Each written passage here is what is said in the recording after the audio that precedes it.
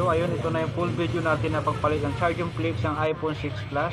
So ito pala yung model ng customer na gagawin natin. So naitanggal natin yung pinaka-tornilyo niya sa dalawahan niya, kaya ang gagawin natin ay babaklasin na natin yung ito pala yung charging flex na papalit natin. So yan, gagamit tayong triangle separator plastic. So natanggal natin yung dalawang tornilyo dyan. So may tornilyo kasi yan.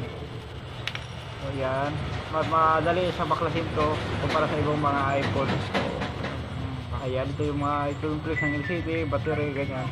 Actually napaklas ito siya, marami siyang pinagdaan na ito ng cellphone, kaya marami siyang walang, may iba kasi wala ng mga takip, may mga takip dapat yun din. So ngayon natanggal ito yung mga tornilyo po ng nakalagay sa flex, yung mga cover nya, para matuluyan yung mabaklas natin yung flex po na luma. So yun, marami ito siyang tornilyo at saka nakadikit ito siya, kung kailangan talagang pagtanggal tayo ito ng charging flex ay dapat dahan-dahanin na natin, baka may maputol na ibang parts na connected po sa charging board na yan. Ito po yung flex niya, kailangan madikit kasi ito pag lalo pag hindi pala palitan, first time mapalitan, kaya medyo mahirap talaga baklasin compare sa mga napalitan na madali na siyang hilain or tanggalin yung flex.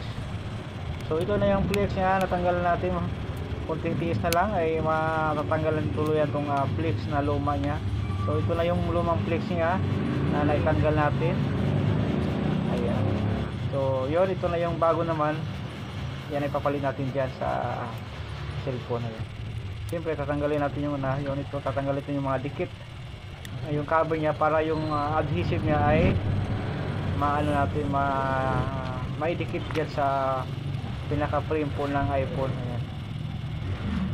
Ito naman ay talaga siya, di siya masyadong mahirap, pwede kang gawin mo ito basta at least may background ka sa pag-repair yung cellphone, pwede na po yan.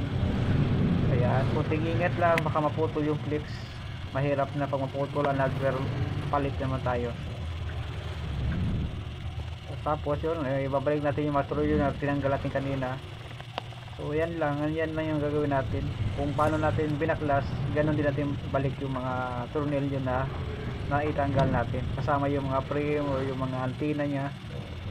Yan lang makita naman natin dyan, tinanggal natin yung mga yung mga, kasi may mga plastic yan yung mga bagong charging flex, may mga plastic po yan kung saan nandun po yung adhesive na nakalagay para mas malikit siya, kasi pag malikabukan kasi nawawala yung dikit. Kaya may mga cover po, yung blue cover na plastic na nakita natin kanina. So yun, finally naikabit natin yung bagong charging flex ng iPhone 6 Plus. Ngayon it is testing yung charge. So pag ibig sabihin niya, pag nag-open na, ibig sabihin na function na yung charging niya. Ibig sabihin nagcha-charge na po yung cellphone. So yun, napapansin natin umilaw agad nung pagsaksak natin. So napapansin natin sa taas po, mayroon nagcha-charge na po yan. So mayroon siyang 19%. Yung